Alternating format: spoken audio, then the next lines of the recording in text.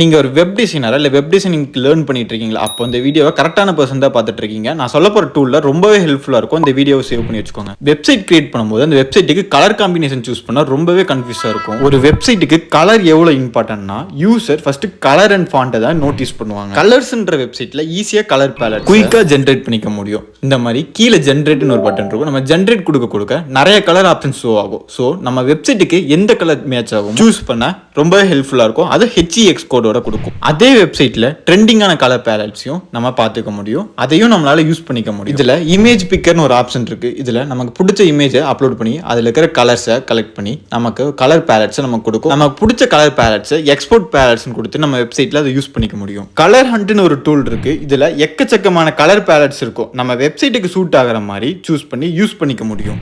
Google fonts most of the பீப்புளுக்கு தெரியும். Free and ஈஸியாக உங்கள் வெப்சைட்டில் டேரெக்டாக இன்டிகிரேட் பண்ணிக்க முடியும். மாதிரி 1 minute பிஸ்னஸ் அண்ட் டெக்னிக்கல் ரிலேட்டடான வீடியோஸ் பார்த்து தெரிஞ்சுக்க மறக்காமல் என் பேஜை ஃபாலோ பண்ணிக்கோங்க.